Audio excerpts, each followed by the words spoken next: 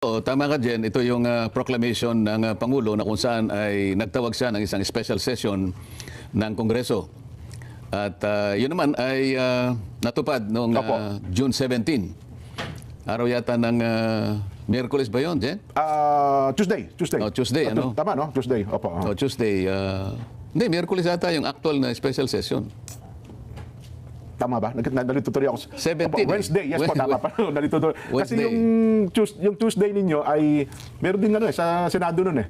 Kaya special session, yung Wednesday. Tama po kayo. Wala, Wednesday. yung a day prior to that, June 16, ay nagpalabas ng notice Yes po, ang Senado na magkakaroon nga on the next day ng special session. Yung Tuesday pa na binabanggit ko sa yung press con ng ex-soldiers doon sa Double Gem. Yung pala nasa isip ko. Ngayon, kinabukasan nun, yung special session. Tama po kayo. Ang makikita mo lang na problematic doon sa pagkaka-announce na yon, ang nag-announce ay yung nahirang at that time na President pro tempore and acting Senate President. Yun ang nagbigay ng notice. Sa mga tweet, problematic yun dahil sa ating saligang batas dyan, maski sa tuntunin namin, Opo. ang gagawa ng notice na yun is the Senate President. At sa panig namin, ang kinikilalang Senate President is Alan Cayetano. Hindi si Sherwin Gatchalian. Senator Sherwin Gatchalian. Sa kadahilanan na nung sila ay gumawa ng ganong klaseng aksyon, ay ipahayag nila na siya ang Senate President pro tempore and acting Senate President, 12 lamang sila. Yes po. Malinaw Sa yun. kakulangan ng quorum na itinatadhana sa saligang batas, maging sa aming tuntunin, ito naman ay maliwanag na paglabag doon sa tinatawag nating majority rule. Opo. Na ang majority kasi ay 13 sapagkat hindi naman nababawasan ang bilang ng mga senador na 24. Yes po. So, maaaring sasabihin nila dyan na correct naman yon, sabi niya, sapagkat mga ilang oras noon, nung November 17, dumating nga yung pang-13 sa kanila. Yes. Kilala naman ninyo kung sino siya. Opo. Siya ang nag-provide actually ng very crucial na majority. Pang-13. Doon lamang nila na legitimize o na-validate yung pagiging Senate President ni Senator Sherwin Gatchalian. Opo. At natuloy nga, nakapag-reorganize sila. Sa mga tweet, mapapansin po ninyo mga kababayan, Jen, na tinawag yung special session ay para lamang magkaroon ng pagkakataon na ma-formalize yung 13. Yun. Opo. Kasi yung pagpunta nung isa sa amin na dati namin kasama sa panig nung noon ay 12 lang ay hindi mangyayari kahit kailan kung walang sesyon. Opo. So maliwanag na kahit balibaligtarin man o kaya sabihin man nila na hindi totoo ang sinasabi natin o hindi, pero yun ang maliwanag na function lamang ng pagkakatawag ng special session. Kasi kung titingnan mo, ano ba ang kahalagahan nung mga batas na i-consider namin on the special session? Yun na nga po. Kasi pag tiningnan mo, ang klase at nature ng mga batas, panukalang batas, wala nga sila dun sa status na advanced stage of legislation. Yes. Yung iba under interpellation, yung iba under period of amendments. At kung sisinuhin mo naman yung klase ng mga panukalang batas, yung isa sa pamagat na pamagat lang, declaring waling-waling as the national orchids of the Philippines. Yun. Pagkatapos mayroon pang dalawang Amerikano na gustong makisali ng basketball dito sa ating bansa. Kaya nahingi sila ng pagka-grant ng naturalization. Yes po. So sa mga tweet, ito bang klase ng batas, panukalang batas na to ang binigyan ng importansya kung bakit tumawag ng special session ang Pangulo? Mukhang hindi yun. Kahit na yung isa pa na masasabi mo doon na anti-dynasty, matagal na to. Iba years na yung pinag-uusapan . Opo. Kung talagang yung mga yon ay nangangailangan ng madali ang aksyon pang legislature, dapat sana yung mga yun na-certify na urgent ng ating Pangulo . Bilang urgent bill. O kaya yung iba sana ay nasa stage na ng bicameral conference. Sa mga tweet, yung hindi man lang na-certify at yung iba taon ng kanilang ginugol para marating lamang ang estado na yon, hindi talaga urgent . Tama. So pangkaraniwan, kung re-reviewin mo yung mga pagkakataon kung saan ay tumawag ang Pangulo ng special session, makikita mo yung sense of urgency. Halimbawa, anong panahon ng COVID-19, Ayun. Opo. kailangan nating maipasa yung, alam mo yung batas na yon, yung bayanihan Law, 1 and 2. Opo. 1 and 2, kailangan talagang maipasa yun sapagkat naharap tayo sa isang hindi pangkaraniwang problema ng bansa na COVID-19 talaga. Hindi naman tayo pwedeng gumasta ng kahit pondo ng iba't ibang mga ahensya, magkakasala naman ang Pangulo ng bansa. Kaya nagtawag ng ganong klaseng special session. So hindi pangkaraniwan na pagkakataon, kaya ka tumatawag ng ganon. Pero kung pinag-uusapan ay waling-waling para ma-declare lang na national orchid ng ating bansa, At saka yung o dalawang naturalization. Amerikano na gustong makipag-basketball sa bansa natin at nahingi sila ng grant ng naturalization, citizenship. Pagkatapos meron pang isa, yung mga barangay workers, barangay health workers. BHW ata yun, opo. Alam mo, Jen, ang bilang ng barangay natin sa buong bansa, 42,000 plus barangays. Yes po, oho. Kapag tiningnan mo yung average ng bilang ng isang, merong barangay na malaki, merong barangay na affluent, Opo. may barangay na nasa syudad, merong nasa first class municipalities. Cities, yes po. Malalaki talaga ang bilang ng kanilang mga opisyales sa barangay. Merong umaabot ng 200, may 100. Pero sa pangkaraniwan yung maliliit, lalo na yung first class, ay yung fourth class, Fifth class municipalities. fifth class municipalities. Kung isa 10 lang, dala ng kakulangan sa Budget, pondo. Opo, oho. At kakulangan sa maraming bagay. So pag in-average mo yun, Jen, across the Philippines siguro, pangkaraniwan, siguro ang isang barangay mayroong 50 na barangay workers in total. Opo. At least 50. At least 50. Yun ang national average, halimbawa. Yung barangay health workers, karaniwan 4-5 lang doon sa 50. Tama po kayo. Ngayon, anong gagawin mo sa 46 o 45? Hindi kasali doon. Kaya nga sana, mag-interpellate pa ako dyan sa BHW na bill na yan. Kasi sasabihin ko lang na, bakit hindi na lang natin unahin yung sarili kong bill na kung saan ay nilalayon ko doon na masakop lahat ang barangay workers. Yes po. Oho. Yun lamang, barangay tanod, mas marami sa barangay health workers eh. Ayan. May barangay sweepers, may barangay na police tungkol doon sa pagsawata ng drugs. Meron tungkol sa mga pagtatanim. Napakarami nito. Meron sa environment. Meron yung kasama doon sa Marami po yan, sir. May Peasant Council. meron silang conciliation yung mediation board, parang gano'n. Oo, at saka yung lupong tagapamayapa. Yan, opo. Nandun, ang dami nun, ano. Makikita mo yung national average ng kanilang sinasahod na tulong. Tulong lang ang tawag dyan kasi hindi mo masasabing sweldo dahil voluntary kasi ang pagsiservisyo ng mga barangay workers. Allowance 500 pesos nga lang ata. Yung tanod ay nag-average buong Pilipinas 900 pesos per month. Ngayon, kapag sinunod mo yung halimbawa, yung barangay health workers, sila between 3,000 to 5,000, ano mangyayari sa tanod? Kaya sinasabi ko, ba't tinuna natin yung barangay health workers, ba't hindi na lang yung kabuuan ng barangay? Pare-pareho naman silang naglilingkod. Di ba? Ba't pinili lang yung BHW? Kung titingnan mo nga, sinasabi ko ron na yung kapitan, ang average 5,000 pesos per month, yung kanilang honorarium. Samantalang yung ating mga kasambahay, siguro, naglalaro na between 7,000 to 8,000 pesos. Totoo po. Samantalang ang barangay kapitan din, ang trabaho nila is 24/7. Napakalawak po ng trabaho niyan. Ang mga kasambahay natin, hindi naman 24/7. Opo. Nakakatulog sila ng... Kahit pa paano, makakaidlip naman po. Pero on call sila talaga. Opo. Oo, yung tanod, ganun din. Opo. Pero, tingnan mo ang kanilang kalagayan. Doon sa batas na aking iminumungkahi, magkakaroon ng isang Barangay Affairs and Development na magbibigay sa kanila ng adequate expertise. Kasi kailangan matuto sila eh. Opo. May mga training, Pagkatapos seminars. meron yes po. din parang special fund na makikreate doon na kung saan makakakuha sila ng mas maraming pondo, hindi lamang mula sa IRA. Para sa ganon, eventually, lahat ng barangay workers makapagsimula man lang kahit na yung minimum wage. Kasi kapag ka nag-minimum wage ka, halimbawa dito sa bansa sa Metro Manila, magkano ang minimum wage dito? Parang mga 600 na po ngayon per day. O 600. More or less, opo. 600 times 30, at least 18,000. Opo. Ay hindi naman yung 1,000 pesos. So yun ang nilalayon ng aking panukalang batas. Kaya lang, ayun, mas inuuna nila yung kanila kasi sila nga yung leadership ngayon. Mula sa amin, nakuha nila uli yung BIT. Sila ulit ang may hawak ng bit nila. Dati kami ang may hawak ng bit, pero ayun nga, pagkatapos ng wala pang isang buwan parang 28 days 28 lang. days. Kino-question pa nga yung 28 days na yun.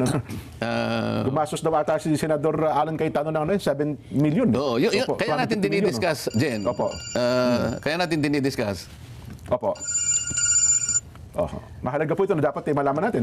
Dahil hindi ko nakita na naging justifiable yung pagtawag ng special session. malalaman din at malalaman ng tao na kaya lamang talaga tinawag yung special session para magkaroon lang ng pagkakataon. Tama kayo. Yung isa sa amin, opisyal na sumanib dun sa 12. Oo. Para sa ganun, yung quorum na hinihingi Oo. na 13 ay magkaroon Yan. ng katuparan. Oo. Hindi kasi formally makakasanib yung isa kung walang special Walang session. special session. Yes po. O, yun ang gusto nating malinaw na ipaliwanag. Ngayon, pagkatapos na matupad yung special session, na hindi nga ako nakapunta, nakarating ako yung bandang alauna na sapagkat merong kalakip na convening ng Commission on Appointments din. Oho. Nakalagay kasi sa notice ng special session na ikukonvene yung Committee on National Defense. Opo. Dahil Commission merong appointments. 5. Oho. Merong 5 na naiwan na opisyalis ng Armed Forces na hindi na-confirm. Oho. Yan, nagkaroon din naman ng ng napakaraming paglabag. Ganun ho ba? Kasi ang kanilang ipinamamarali dyan, Sen, bago yung araw na yan, may mga ilang senador na nagpa-interview. Naku, awang-awaan niya ako doon sa mga general. Mag-retiro na lamang anya, hindi pa namin na-promote. Parang ganun po ang nangyari. At ito pala, Ipinakita nilang naaawa sila. awa daw po sila, Sen. Oo. Pero sino ang may kasalanan? Kasi nung magkaroon sila ng power grab on June 3, kahit 12 lang, pinilit na lang kinuha yung bit. Yes Di ba? po. Oho. Sabi nga natin, kahit na illegal, kahit na irregular ang pagkakagawa, unconstitutional nga yun eh. Oho. Kinakailangan malaman ng tao na para mapalitan mo yung mga opisyales ng Senado, kailangan mo ng majority of all its members. Oho. Ang majority po ay nananatiling 13. So 12 lamang sila, pero nangahas sila na gumawa ng aksyon. Unang-una, pinalitan ang secretary, pinalitan ang sergeant at arms, pinalitan ang president pro tempore, Oho. at yung president pro tempore na hinirang nila ay umakto na Senate President. Ayun. Lahat po ng ito, sa isang araw na ginawa nila ay illegal. Puro illegal ho pala Pagkatapos talaga, no? noon, sila mismo ay nagpahayag na noong June 3, nagsimula na, nag-announce sila ng sinidye. Aho. Sa mga Sinidye tweet, adjournment. Opo. sinidye adjournment, na-bypass ngayon yung 5. Opo. Sana man lang, bago nila sana kinuha yung beat, Opo. hindi sila nag-announce ng sinidye. Sana yung June 4 o kaya June 5 kung gusto nila, naglagay sila ng isang araw para ma-confirm yung 5. Oho. Kaya pala may tumindig doon na isang senador na talagang pinaninindigan niya na hindi, continuing session po itong ginanap natin. Hindi ito anya bagong pagdinig na ipinatawag daw po, Sen. Alam mo, pwede nilang ipilit yung argumento na yon kahit Oo. na pamali. Alam mo kung bakit? Kasi yun lamang ang iniisip nilang kadahilanan para masabi nila na yung less than 1 year Oho. na requirement sa ating batas ay hindi magkabisa. Opo. Dahil sabi niya, continuing lang naman yan kasi yung nakaraang designation is continued on the special session. Yun na nga po. Oo. Eh, sino maniniwala sa'yo, kahit na siguro high school graduate lang dyan, nung sinabi mong sinidye, natapos na yung first regular session. Okay, tapos na yun. Diniklara ko Ang na ibig lahat, sabihin, opo. na-bypass na. Oho. Alam mo, kung babasahin mo, pati saligang batas, na-violate eh. Opo. Kasi Article 7, Section 16 ng ating saligang batas, kapag na-bypass ka, you will need another appointment. Yun, opo. Okay? Kasi na-bypass ka. Nung tinanong ko nga yung isa sa kanila na tumindig na representante nung isang Opo. grupo na constituting 5 of them, sabi ko, alam ninyo yung birthday ninyo, natapos na last month pa, di ba? Kasi Yes po. lahat sila, karamihan sa kanila, nag-birthday May 2026. Parang dalawa doon, parang 3 May Opo. 2026, yung dalawa ay April 2026. So, puro less than a year na lang So, talaga. kinilala nila, natapos na kayo eh. Kasi umabot na kayo sa mandatory age. Oho. Sa mga tweet, hindi na kayo pwedeng i-reappoint. Tama. Oho. Pumayag naman sila. Tama po. Pagkatapos, alam mo ba nga ako yung Republic Act 11939? Ayan, tinanong niyo po yan doon sa inyo. Itong batas na to, inamend niya yung Republic Act 11709. Alam ko po, sabi niya. Alam mo rin ba ako kung bakit ko binabanggit yung batas na ito? Alam din daw po niya. Alam ko po, sabi niya. Sabi ko, na nakulang na po kami sa 1 year. Oho. Gano'n pa man, binanggit ko pa rin, totoo, sabi ko, na ang sinasabi ron, sabi niya, napakalinaw, Oho. na hindi na kayo pwedeng, ito, sabi ko, binasa ko to be eligible for appointment or promotion to the grade of Brigadier General, blah, blah, blah, the officer must have at least 1 year remaining of active service before compulsory retirement. Oho. Sabi niya, alam ko po yun eh. Yun Ngayon, na po, sagot niya, paano ngayon yan? Sabi ko, ako, sinasabi ko lang para ma-record na nakakalabag po tayo sa batas na ito dahil pare-pareho na po kayong less than 1 year. Less than 1 year na lang sa serbisyo. Ngayon, so kinakatwiran nung mga gustong tumayo. Oho. Continuing naman yan eh. So, bahala na po ang korte sa tamang pagkakataon at sa tamang paraan at kung sino po yung magko-question ito, kung tama po yung Okay, naging ginawa nila. yung ginawa ng Commission on Appointments. Kasama po ako doon, kaya hindi po pwedeng hindi ko po banggitin yun. Yun. Ayaw ko po na malaman ng sino man na magre-review sa kaganapan ng mga pangyayari. Sometime in the future, merong magko-question ito. Opo. Malaman nila na isa sa amin ay tumindig. Ayun, para lang pinuntos niyo sabihin, po yun. Oho. para lang sabihin ko na meron po tayong nilabag. Oho. Palagi akong ganun, Jen. Magalit na yung gustong magalit. Kasi tayo ay binigyan ng mandato ng ating mga kababayan. Isang Opo. mandato na hindi mo matatawaran. Tiwala na ibinigay sa atin.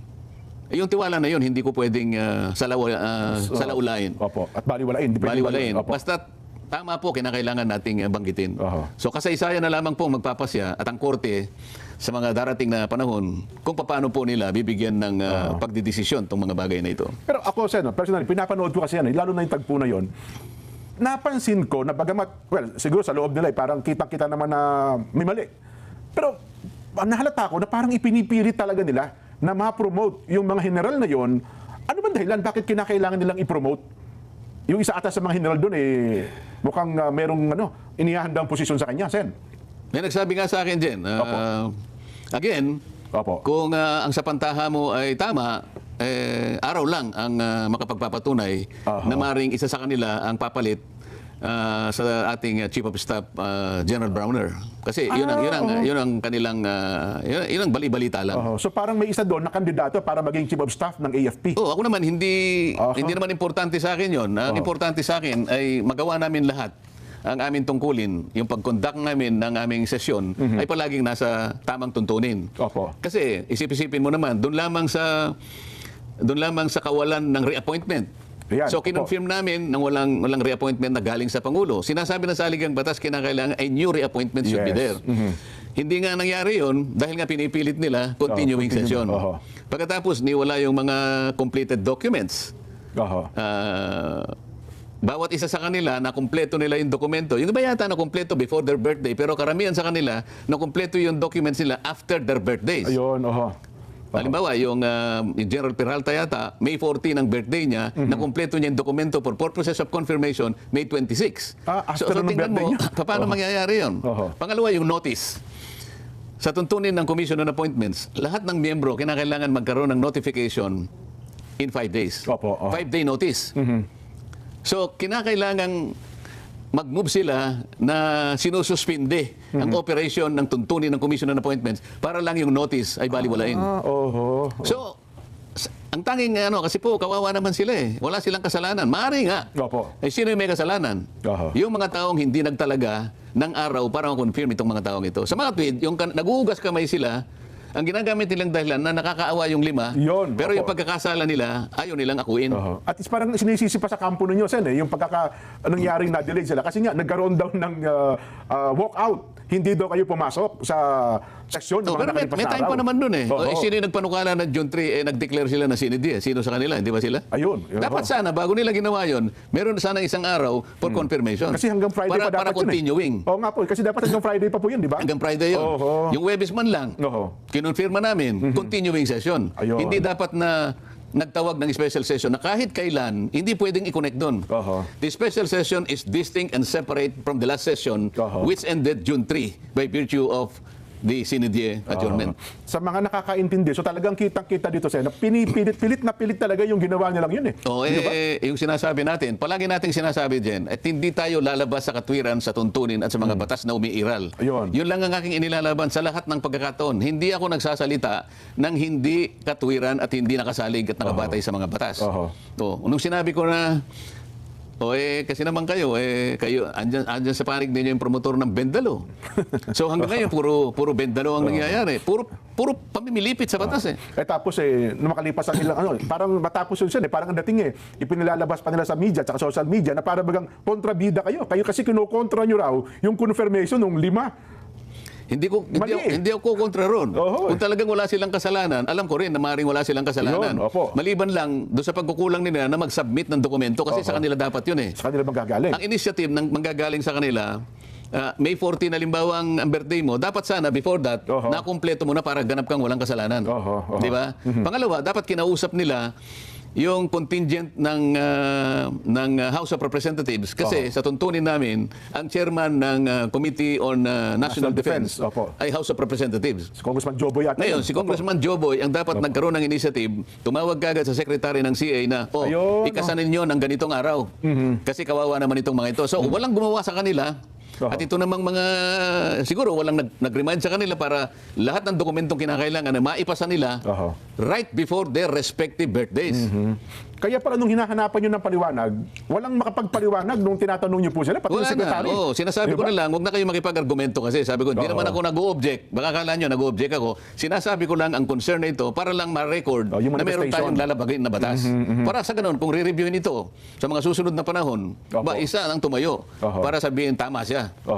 Di ba? At yun po, Sen, binibigyan din natin sa palatuntunan ito, ang tinitindigan natin ito, batas lang. Kaya parang doon sa pagkapaliwanag niyo po, sabi niyo, dalawang ulit yung sinabi, ang akin po ito, batas ay batas. Di ba? Law is the law. Yun po dapat ang batas ay batas eh. Paano mo, hindi ba sinasabi nga natin, the law may be harsh, but it is the law. Yan. Meron pang counterpart na Latin yan, di ba? Box, Nakalimutan mo na. Box populi, box de. Yung Duralex sed lex. Duralex sed lex. Duralex sed lex. Yes po. Masyadong mabigat. Pero yun ang batas. Walang tayong magagawa. Hindi natin pwedeng baluktutin yun eh. Yes po. Kami ang boses ng masa, hindi natatakot. Katotohanan lang, di kami nalulunod.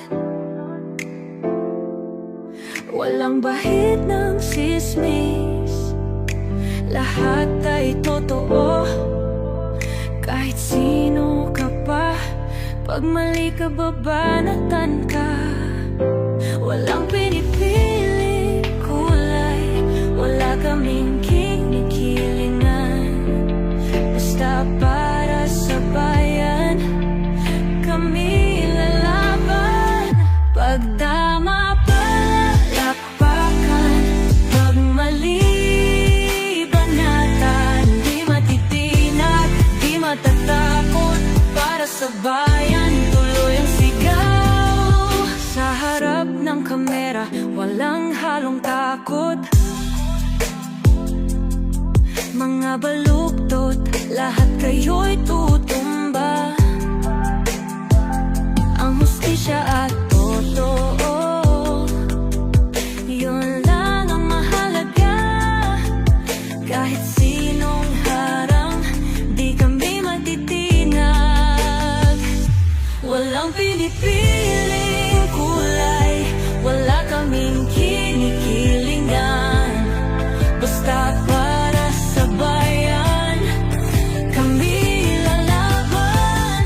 Pag tama palapakan, pag mali banatan. Di matitinag, di matatakot.